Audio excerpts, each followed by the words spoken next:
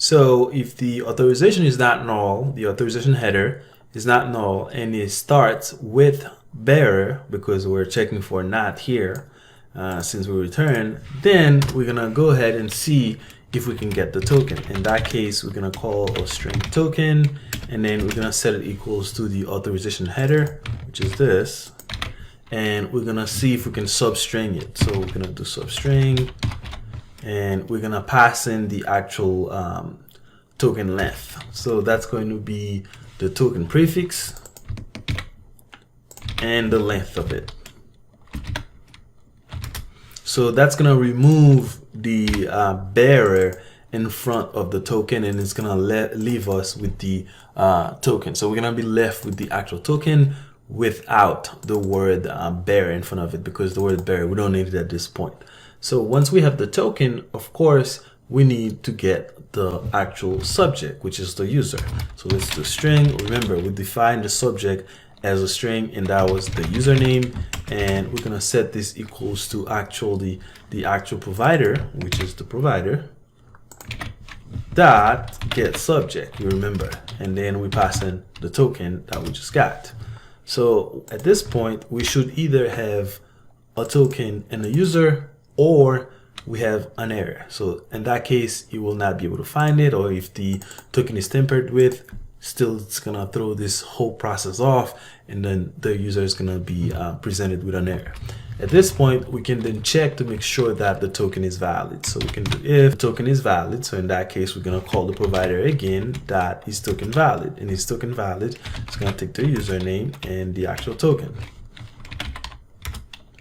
In that case, then we're gonna set them in the security context holder. So what we need to do that, we need their username, their authorities, and the request. If you remember from the get authentication, we need this information to get the authentication so that we can set that authentication for that user in the security context holder. So let's go back.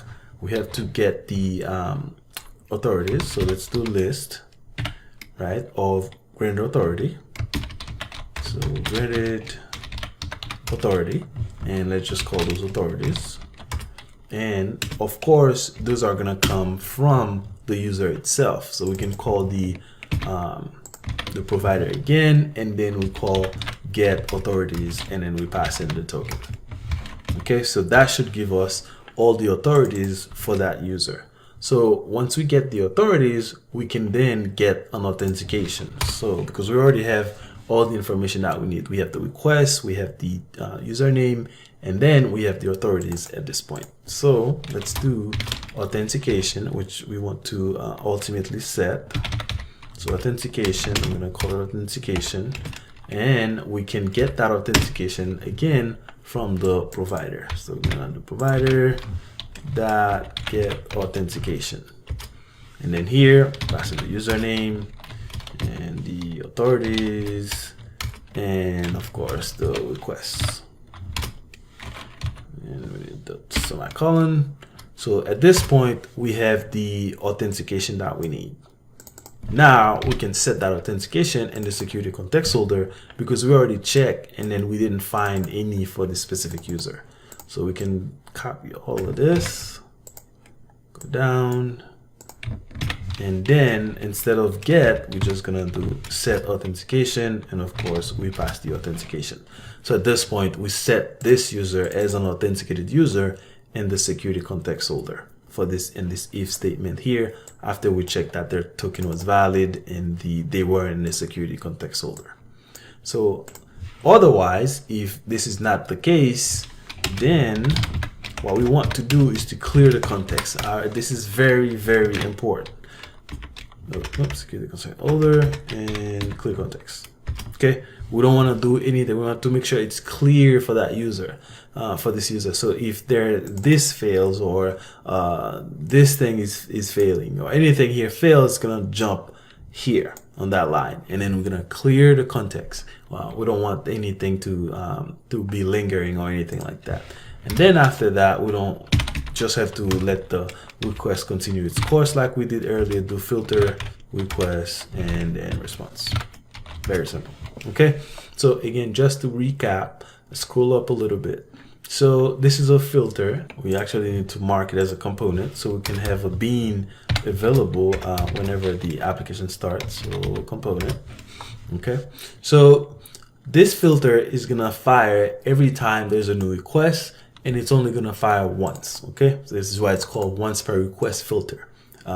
It's not gonna do it multiple times. As you can see, this is doing a lot of things. So we pass in our JSON Web Token provider so that we can use it in this class. And then since we're extending once per request filter, then we can call we have to override do filter internal, and that already has the request, the response, and the filter chain. We check to see if the request method is option. If it's option, we don't do anything. We just set the status to okay. But why are we doing that? We're doing that because the option is sent before every request, and it's sent to gather information about the server. So when whatever client send a request to this server, it's gonna first check the information that the server accept, like things about headers and what are acceptable and things like that. That's how it's gonna know if it's supposed to send certain information to the server. It needs to collect that information from the server first. So when it sends the option, it says, hey server, why do you accept? Do you accept this specific thing? Do you accept this specific header and things like that? So if this is the case, we don't do anything here. We just do this. Otherwise, we try to get the authorization header. So we create a string, and then we get the request. There's a get header on the request, and then we pass in the name of the header that we want. And if we go into this, you'll see it's just called authorization, which is just the name of the header. Okay, so we're gonna look for that specific header. If the header is null, or if it doesn't start with our specific prefix, which is bear, then we know this is not our authorization header, and then we can just filter and then stop the execution of the method here. Otherwise, we will try to get the token.